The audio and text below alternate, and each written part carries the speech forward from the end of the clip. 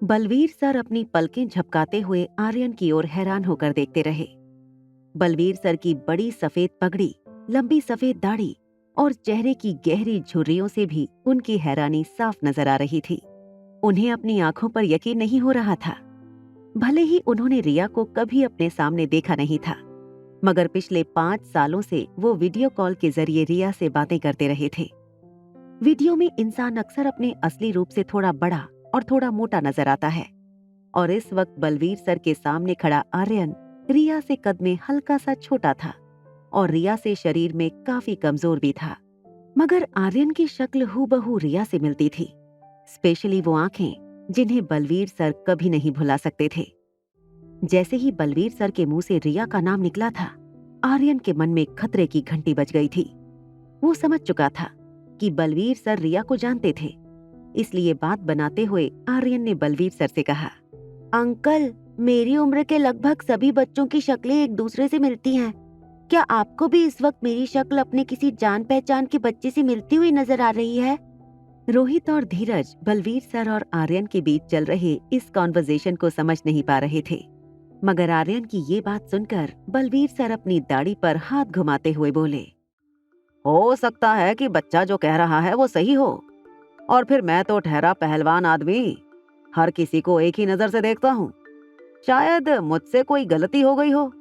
भले ही बलवीर सर ने रोहित और धीरज के सामने ये बात कही थी, मगर अंदर ही अंदर वो इस बात से हैरान थे कि अभी 5 मिनट पहले जिस रिया से उन्होंने फोन पर बात की थी, वो रिया अचानक ही उनके दुश्मन सुखबीर के शागिर्द का बेटा कैसे बन गया।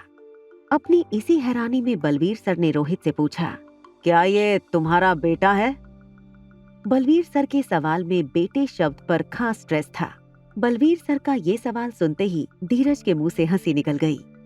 रोहित ने धीरज की ओर गुस्से से देखा और फिर अपने आप को संभालते हुए बलवीर सर से कहा, जी सर, ये मेरा बेटा है आर्यन। बलवीर सर, जो अभी भी अपनी दाढ़ी पर हाथ घुमाते हुए कुछ सोच रहे थे, उन्होंने फिर से नीचे बैठे आर्यन की ओर देखा। वो मन ही मन सोच रहे थे कि ये कैसे हो सकता है कि 2 बच्चों की शक्लें इतनी मिलती हो। रोहित बलवीर सर से बात कर रहा था, तब बलवीर सर हैरानी से आर्यन की ओर देखे जा रहे थे और बस अपनी लंबी सफेद दाढ़ी पर हाथ घुमाए जा रहे थे। रोहित को लगा कि शायद बलवीर सर को नहीं लगता कि आर्यन उनकी एकेडमी का स्टूडेंट बनने के लायक था। रोहित चाहता था कि किसी भी तरह आर्यन को बलवीर सर की मार्शल आर्ट एकेडमी में एडमिशन मिल जाए। इसलिए जब रोहित को ऐसा लगा कि बलवीर सर ने आर्यन को रिजेक्ट कर दिया है, तो रोहित ने बलवीर सर के सामने एक प्रस्ताव रख दिया। ठीक है, फिर मैं आपकी एकेडमी को चैलेंज करता हूँ, और अगर मैंने आपके चुने लड़कों को मार्शल आर्ट में हरा दिया तो आपको आर्यन को अपनी एकेडमी में एडमिशन देना होगा। बलवीर सर की ब्रह्मपुत्र मार्शल आर्ट एकेडमी का एक नियम था, अगर कोई उनकी एकेडमी को चैलेंज करता है और अगर उस चैलेंज में चैलेंजर जीत जाता है, तो चैलेंजर की कोई भी एक बात एकेडमी को माननी होगी, बस वो बात मॉरल वैल्यूज के खिलाफ ना हो। रोहित की ये बात सुनकर धीरज की आंखें फटी रह गईं। वो हैरानी में रोहित का एक हाथ पकड़कर धीमी आवाज में उसके कान में कहने लगा, रोहित, ये क्या बेवकूफी है?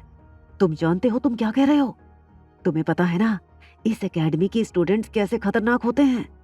अरे तुम्हारी हड्डियों का पाउडर लेकर जाना पड़ेगा मुझे घर। तुम इनसे मुकाबला नहीं कर सकते। और ये सब तुम किसके लिए कर रहे हो? आर्यन है ही इतना कमजोर, इसे कोई नॉर्मल स्कूल में एडमिशन नहीं देगा। तो तुमने सोच कैसे लिया कि बलवीर सर उसे ब्रह्मपुत्र मार्शल आर्ट एकेडमी में आर्यन को एडमिशन दे देंगे? ये पागलपन बंद करो और ये चैलेंज वापस ले लो। वहां बलवीर सर अभी भी बड़े ताज्जुब से आर्यन की ओर देखे जा रहे थे। उन्हें इस बात से ताज्जुब हो रहा था कि अचानक 5 मिनट में एक बच्चा लड़की से लड़का कैसे बन सकता था। बलवीर सर ने अपनी बड़ी बड़ी आंखों से आर्यन को घूरते हुए उससे पूछा, क्या तुम सचमुच एक लड़के हो? बलवीर सर का ये सवाल आर्यन और रोहित दोनों के लिए बहुत इंसल्टिंग था। बलवीर सर की इस बात से न सिर्फ आर्यन का बल्कि रोहित मारवा का भी मेल ईगो हर्ट हुआ था। रोहित ने आगे आते हुए बलवीर सर से कहा, जी हाँ, आर्यन मारवा मेरा बेटा है। रोहित की बात का साथ देते हुए आर्यन ने भी अपने दोनों हाथ कमर पर रखकर बलवीर सर की आंखों में आंखें डालते हुए कहा, हाँ, मैं एक लड़का हूँ। आर्यन के मुंह से ये बात सुनते ही बलवीर सर ने ऐसे रिएक्ट किया जैसे उन्हें कोई बहुत बड़ी लॉटरी लग गई हो। वो जोर जोर से चिल्लाने लगे, मिल गया, मिल गया, अरे बादशाह हो, लस्सी मंगाओ ठंडी, मिल गया, मिल गया।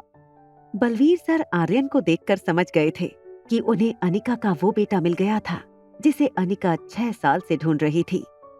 बलवीर सर एक बड़ी सी स्माइल देते हुए आर्यन के हाथ मसाज करने लगे।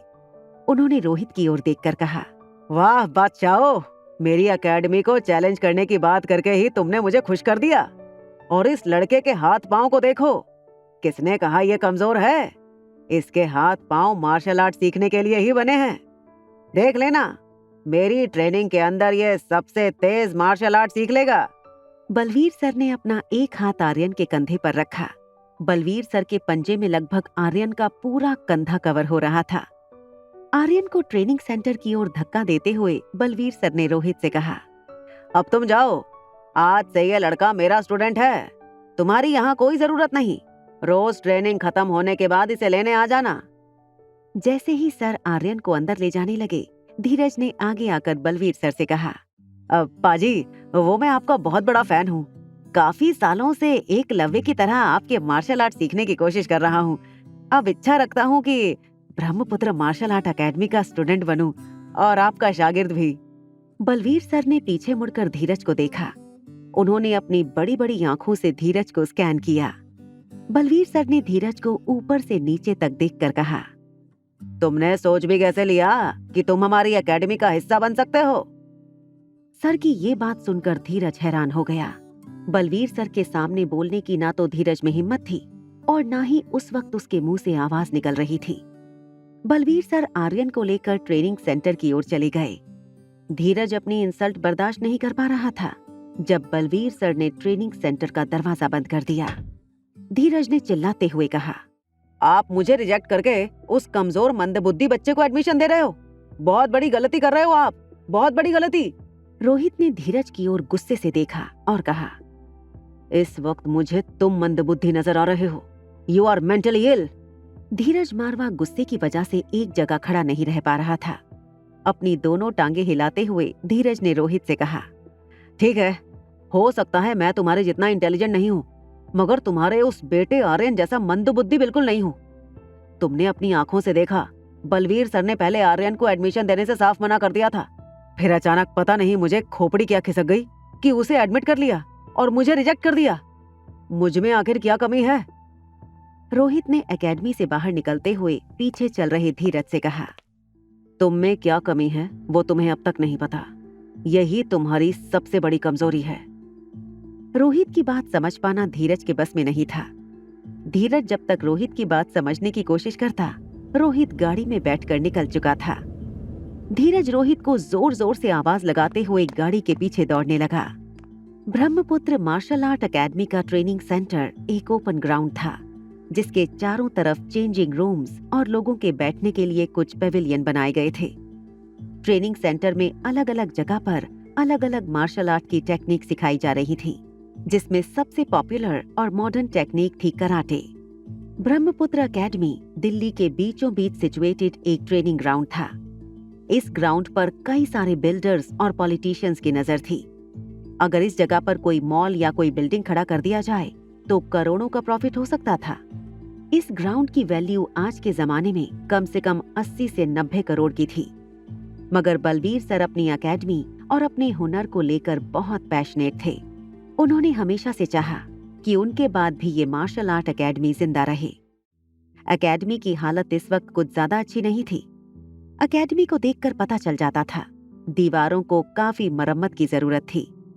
Infrastructure, equipments, latest training gadgets और काफी ऐसे मॉडर्न एमिनिटी की कमी थी ट्रेनिंग सेंटर में। मगर पिछले कुछ सालों से सुखबीर सर की पिलर एकेडमी से ज्यादा अच्छे फाइटर्स अट्रैक्ट करती थी, जिसकी वजह से बलवीर सर के बिजनेस पर काफी असर हुआ था। बलवीर सर का स्वभाव भी इसी वजह से कुछ ज्यादा ही चिड़चिड़ा हो गया था। अब वो चाहते थे आने वाले कुछ वर्षों में वो अपनी कला और एकेडमी अपने शागिर्द के हवाले करके उसे अपना वारिस बना लें। उनके दो फायदे होंगे, एक तो उनके जाने के बाद उनकी कला आने वाले कई सालों तक जिंदा रहेगी और दूसरी ये जमीन जिसे बलवीर सर किसी भी कीमत पर किसी पॉलिटिशियन या किसी बिल्डर माफिया के निजी फायदे के लिए बेचना नहीं चाहते थे, वो भी एकेडमी की रहेगी।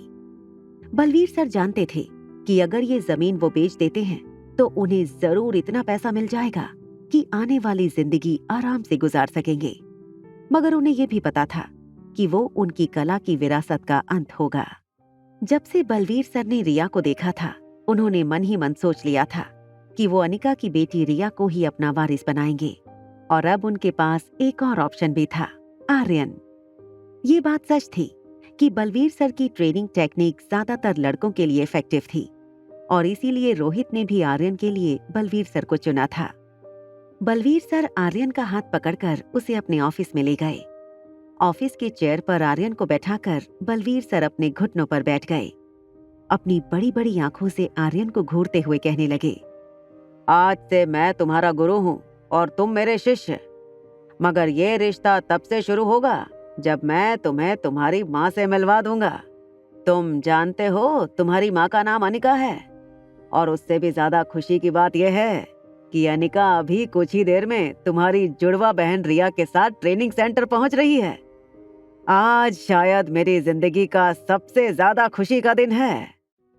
बलवीर सर की बात सुनकर आर्यन टेंशन में आ गया। बलवीर सर ने देखा कि अपनी माँ के आने की खबर सुनकर आर्यन खुश नहीं हुआ था। उन्होंने आर्यन से पूछा, तुम्हारी माँ आने वाली है, यह सुनकर तुम खुश नहीं हुए क्या? क्या तुम पहले से जानते हो कि अनिका तुम्हारी माँ है? आर्यन ने बलवीर सर की बात का जवाब देते हुए हाँ में अपना सर हिला दिया। ये देखकर बलवीर सर हैरान हो गए। उन्होंने आर्यन से पूछा, तो बेटा प्रॉब्लम किस बात की है? मुझे बताओ, तुम्हें अनिका अच्छी नहीं लगती क्या?